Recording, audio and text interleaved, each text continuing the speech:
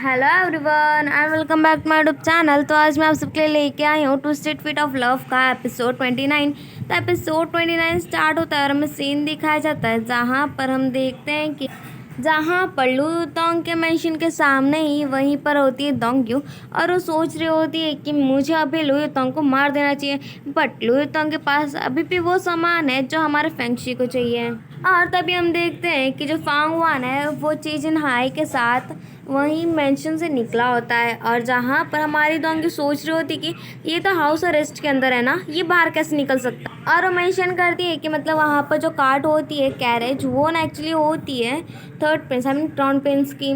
तो उसे लगता है कि शायद इसमें क्राउन प्रिंस भी इन्वॉल्व हो सकते हैं।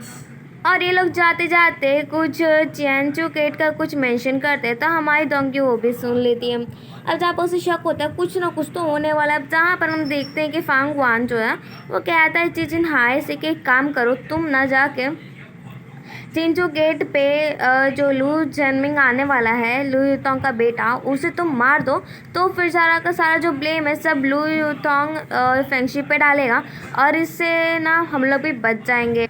तो फिर जिन्हाई कहता है कि पर आपने तो अभी अभी प्रॉमिस किया था। वो कहते कि तुम्हें क्या लगता है कि मतलब हमारे पास इतना अच्छा खासा मौका है फेंगशी को फंसाने का, तो क्या हम लोग उसे गवा देंगे। देख रहे हो अभी भी प्रॉमिस करके ये बाहर आया है और अभी भी क्या बात करे प्रॉमिस तोड़ने का। और फिर हम देखते हैं जहाँ पे जो दोला है वो फेंगशी से कह रहा होता है कि क्या तुम प्लीज़ मुझे लेके चलोगे। अब जहाँ पर वो कहता है कि आई मीन फेंगशी कहते हैं कि नहीं, अगर मैं तुम्हें लेके गया तो उसे शक हो सकता है कि कहीं मैं उससे वो इंस्ट्रूमेंट और सरेंडर चुराने आया। अब यहाँ पर हम देखते हैं कि जो फेंगशी है उसने तो अपना पूरा का पूरा गेटअप बदल लिया होता है और तभी वहाँ पर लू जन्मिंग आता है। अब जहाँ पर वो बोलता है कि यहाँ का ना जो सीनरी आई मीन इतना अच्छा खासा जगह है, उसे भी वो कहते हैं कि बिल्कुल अच्छी है, बल्कि जो स्विमिंग पोस्ट का जो है ना वहाँ का कुछ ज़्यादा ही अच्छा है सीनरी। अब यहाँ पर जो फेंगशी है वो कहता है कि आपको तो पता ही है कि जो मतलब लू यूतोंग है और मैं दोनों एक साथ में मिलके काम कर रहे हैं और वो इंस्ट्रूमेंट ऑफ सरेंडर इनडायरेक्टली देखने के लिए मांगता है। तो लू जन्मिंग कहता है कि मैं डैड ने तुम्हें इसके बारे में भी बता दिया। अब वो ला के दिखाता है तो जिसे देखते बेचारे फेंगशी की तो नज़र ही उस पर से नहीं हट रही होती है। अब उसके बाद वो जो लू जन्मिंग है वो लेने ही वाला होता है इंस्ट्रूमेंट ऑफ सरेंडर कि तब तक वहाँ पर बहुत ज़्यादा लोग आ जाते हैं मारने के लिए। तो फिर लू जन्मिंग बोलने वाला होता है डैट मैं लू यूतोंग का बेटा हूँ, तब तक फेंगशी उसका मुंह बंद कर देता है और कहता है कि आप यहाँ पर चोरी छुप के कैपिटल में आए, इससे तो सबको पता चल जाएगा और प्रॉब्लम भी हो जाएगी। अब यहाँ पर हम देखते हैं कि चिचिन हाय आया होता है बहुत ज़्यादा लोगों के साथ फेंगशी के मारने के लिए। अब जहाँ पर वो कहता है फेंगशी कहता है कि ओह कमांडर ची भी यहाँ पर आ गए क्या। वो कहता है कि मैं चिंची गेट पे कोई कमांडर ची नहीं हूँ, मैं यहाँ पर चिचिन हाय हूँ। एंड यहाँ पर हम देखते हैं कि सबकी फाइट तो शुरू हो जाती है, बट जो लू जन्मिंग है उसे तो फाइट करनी आती नहीं होती। इसकी वजह से उसके जितनी भी आजू बाजू में सोल्जर्स होते हैं सबको कहते हैं कि मुझे प्रोटेक्ट करो। अब यहाँ पर सबका नेम होता है कि वो लोग लू जन्मिंग को मारने वाले हैं। अब जहाँ पर फेंगशी समझ जाता है और वो जाता है लू जन्मिंग को बचाने और फिर तभी वो लोग आ रहे होते इकट्ठा हो के, मतलब जो लू जन्मिंग है बहुत ज़्यादा बुरी तरीके से घायल हो गया होता है। तभी वो लोग आ रहे होते हैं चिचिन हाय के साथ वाले सारे लोग एक साथ, बट तभी वहाँ पर एक बॉम्ब ब्लास्ट होता है बट जिन हाय उसमें बच जाता है। और आपको तो पता चल ही गया होगा कि जब हमारी दोंगी ने सुन लिया है चिंची गेट का नाम तब तो वहाँ पर आएगी और वो आते ही कहते कि जल्दी आ जाओ। तो कहते कि तुम यहाँ, तो कहते टाइम नहीं है जल्दी आओ। और फिर हम नेक्स्ट में देखते हैं जहाँ पर जो फांग वान है वो क्राउन प्रिंस के पास आए होते हैं एक बंदे को लेके और कहते हैं कि ये ना लू जन्मिंग का कहा जाए तो पर्सनल बॉडीगार्ड है और इसके मुताबिक जो फेंगशी है वो लू जन्मिंग को मारने चाहता है और इसका नाम है लू कांग। अब यहाँ पर ना ईगल मतलब इन लोग का जो ग्रुप है उसका नाम ईगल है, तो ग्रुप का नाम मतलब वहाँ पर जो लू जन्मिंग है उसका ये असिस्टेंट है, कहा जाए तो पर्सनल बॉडीगार्ड। अब यही प्रूफ को लेके क्राउन प्रिंस पहुँच जाते हैं एम्पायर के पास और कहते हैं कि ये मतलब लू कांग है और लू जन्मिंग का बेटा। तो फिर जैसे सुनती वो सॉरी लू जन्मिंग का बॉडी गार्ड।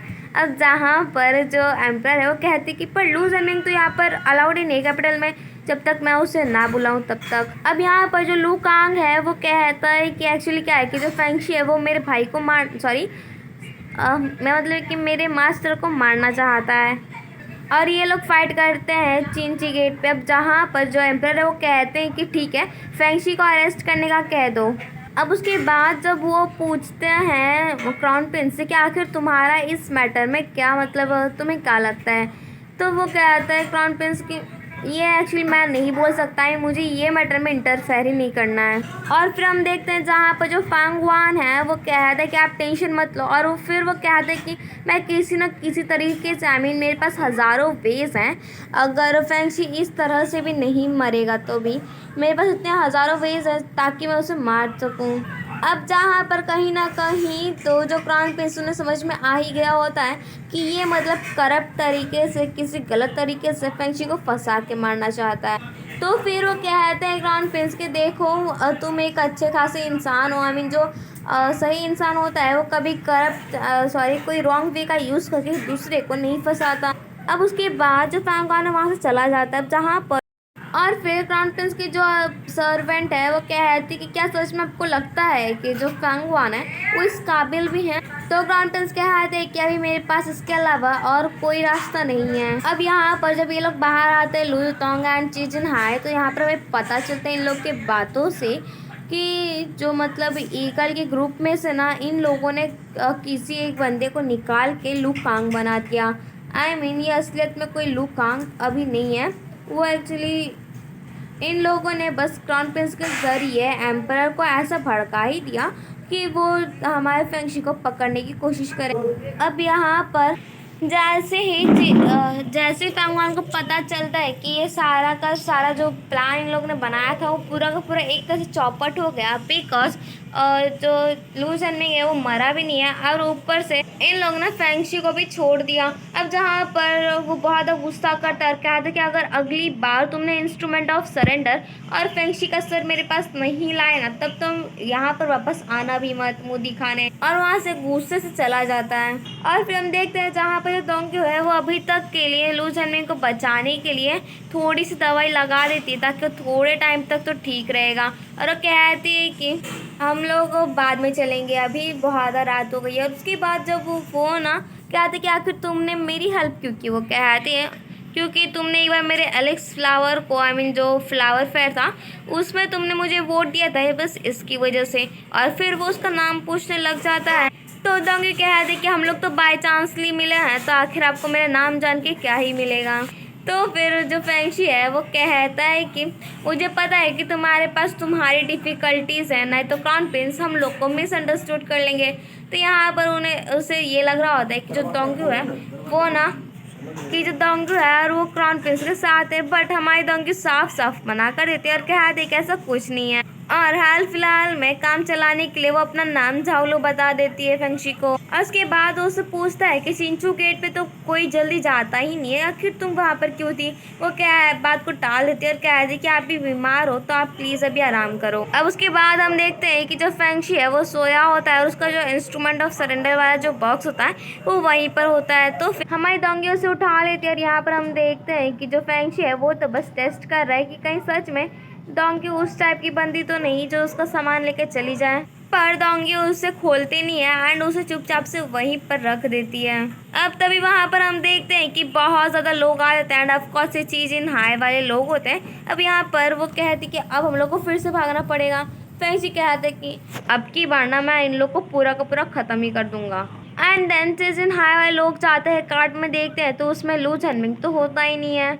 लू जन्मिंग क्या कोई नहीं होता। तभी वहाँ पर एक अच्छा खासा बॉम्ब ब्लास्ट होता है एंड जिसमें कहा जाए तो ची जिन हाई नहीं बच पाता एंड उसकी वहीं पर डेथ हो जाती है। अब तभी हम देखते हैं कि ये लोग तो यहीं पर छुपे होते हैं। अब जहाँ पर हम देखते हैं कि फांगवान भी आता है और उसे बहुत ज़्यादा दुख होता है ची जिन हाई की ऐसी हालत को देख के, और वो कहता है कि फेंगशी मैं तुम्हें छोड़ूंगा नहीं और मैं तुम्हें टुकड़ों टुकड़ों में काट के फेंक दूंगा। और फिर हम नेक्स्ट में देखते हैं जहाँ पर जो फेंगशी है वो जाता है मिस्टर चीन के घर पे एंड आखिर मिस्टर चीन है कौन ये तो अभी तक हमें भी नहीं पता। अब यहाँ पर जो डोंगी है वो कह रही थी कि आखिर यांग चीन इतना मतलब फेंगशी को लेकर इतना रिस्पेक्टफुल क्यों है। अब जहाँ पर वो जैसे ही देखता है डोंगी को तो कहते हैं कि अरे आप वही हो ना, एंड जब तक वो नाम लेता है कि तब तक डोंगी कहती है कि मेरा नाम जूलू है, आपको याद आया ना। और आपसे मिलके अच्छा लगा। अब यहाँ पर जो फेंगशी एंड दोंग्यो है वो लोग यहाँ पर रहने को थोड़ा सा जगह मांग लेते हैं। अब यहाँ पर जो लू जेनमिंग है उसका इलाज मिस्टर कुई कर रहे होते हैं, जो मिस्टर चिन के भाई होते हैं और बहुत अच्छी खासी उनकी मेडिकल स्किल्स भी हैं। अब जहाँ पर मिस्टर चिन कहते हैं कि अगर ये लू जेनमिंग को ना ये नहीं ठीक कर पाया मेरा भाई तो कोई नहीं ठीक कर पाएगा। अब जहाँ पर मिस्टर कोई कहते हैं कि कोई बात नहीं है, खतरे से बाहर है एंड सारा का सारा मैंने कर दिया है, बस इनको थोड़ा ज़्यादा ही टाइम लगेगा चलने फिरने में, बस जान तो इनकी बच गई है। जहाँ पर फेंगशी कहते हैं कि मुझे इसके जान से कोई लेना देना नहीं है, चाहे ये जिए चाहे मरे, बट अगर ये मर गया तब तो मैं भी मर ही जाऊंगा, इसकी वजह से मुझे इसको प्रोटेक्ट करना पड़ रहा है। अब यहाँ पर जो फेंगशी है वो अपनी बीमारी का भी जिक्र करता है मिस्टर कोई को और कहता है कि मैं भी अपने पूरे लाइफ में एक पर्सन को ही सिर्फ भूला हूँ, बट मिस्टर कोई कहता है कि इसके बारे में तो मुझे कुछ भी नहीं पता बिकॉज ये बहुत ज़्यादा स्ट्रेंज डिसीज़ है, तो मैंने आज तक इसके बारे में तो भाई सुना भी नहीं है। और फिर तभी वो कहते हैं कि आपको पता है मैं अभी मेडिकल का जो हर्ब्स है उन सबको भेज रहा हूँ कैपिटल में, तो क्यों ना मैं लू जेनमिंग को भी उसी में भेज दूँ जिसकी वजह से आपके पास कम प्रॉब्लम होगी, तो फिर बहुत खुश रहता है फेंगशी। अब यहाँ पर हम देखते हैं कि हमारी जो दोंग्यो है बैठ के अपना हाथ धो रही होती है, सोने के लिए तैयार हो रही होती है, तब तक वहाँ पर फेंगशी और वो उसे ब्लैंकेट्स दे के जा रहा होता है, बट तब तक उसकी नज़र पड़ती है उसी के जेट प्लेट पे और वो सोचता है कि आखिर ये यहाँ क्या कर रहा है। तब तक दोंग्यो आके ले लेती है उससे जेट प्लेट। उसके बाद फेंगशी कहते हैं कि क्या मेरे पास कोई ऐसा चांस मिलेगा जो मैं ये जेट प्लेट के ओनर को कभी मिल पाऊँ। वो कहते हैं कि वैसे तुम्हें उससे मिलना क्यों है। और क्या था, सिंपल सी बात है कि मुझे बस ये जानना है कि कौन है वो बंदा जो इतनी अच्छी खासी ब्यूटीफुल गर्ल को वैसे ही गिव अप कर दिया हो।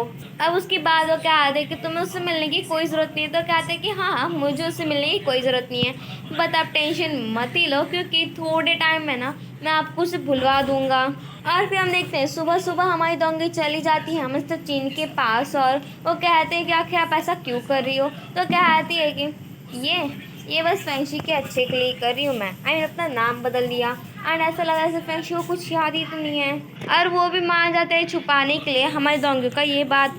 अब जहाँ पर फेंगशी भी आ जाता है तभी हम देखते हैं कि जो सोल्जर्स हैं वो सब आ गए होते हैं चेक करने के लिए इन दोनों को। तो फिर वो पूछते हैं क्या कोई छुपने वाली जगह है, तो मिस्टर चीन बोलते हैं हाँ एक जगह है। और फिर वो लोग एक अंडरग्राउंड जगह पे जाते हैं जहाँ उतनी जगह तो नहीं होती बट छुपने लायक तो ठीक ही थी। अब जहाँ पर वो लोग मान जाते हैं छुपने को, ये लोग यहाँ छुपे होते हैं और सारे के सारे जो सोल्जर्स है वो लोग अंदर आ जाते हैं दरवाज़ा तोड़ के। अब यहाँ पर ये लोग हर जगह छानबीन करते हैं बट इन लोग को जो फेंगशी एंड दोंग्यो नहीं मिलते हैं। अब यहाँ पर हमारी जो दोंग्यो है वो धीरे धीरे नर्वस हो जा रही थी, बट जो फेंगशी उसे दिलासा देता है, कहते हैं कि टेंशन मत लो, बस इशारे से।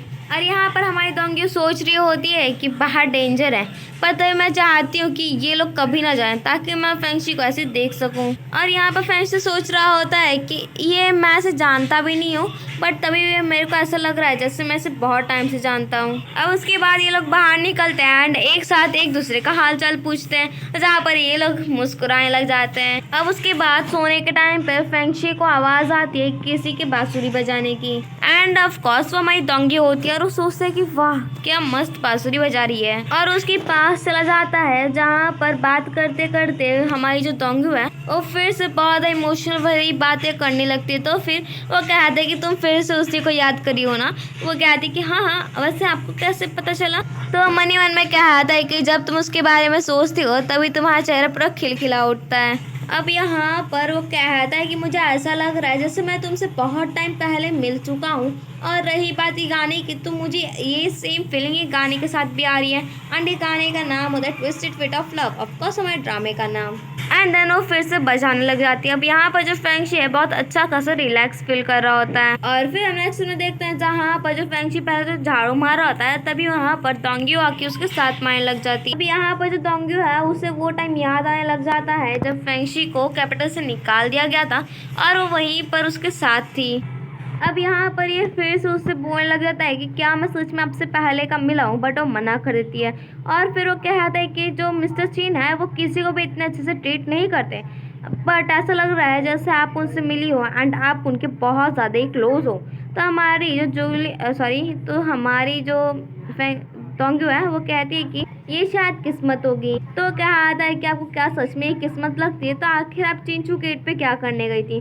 मुझे लगता है कि ये किस्मत है। अब उसके बाद वो कहते हैं कि बट इससे तो आपका कोई लेना देना नहीं है। और वो बाद में ये भी कहती है कि आपने वो इंस्ट्रूमेंट ऑफ सरेंडर वो जो बॉक्स है वो आपने वहाँ पर उस टाइम पे इसलिए रखा था ताकि आप मुझे टेस्ट कर सको। अब जहाँ पर वो कहता है हाँ। अब यहाँ पर हमारी दोंगी कह देती है कि आप प्लीज़ मेरी लाइफ में इंटरफेयर मत करो एंड मेरी लाइफ का थोड़ा जानकारी जानने की कोशिश मत करो, और इसमें आपको ऐसा कुछ नहीं करना चाहिए इतने।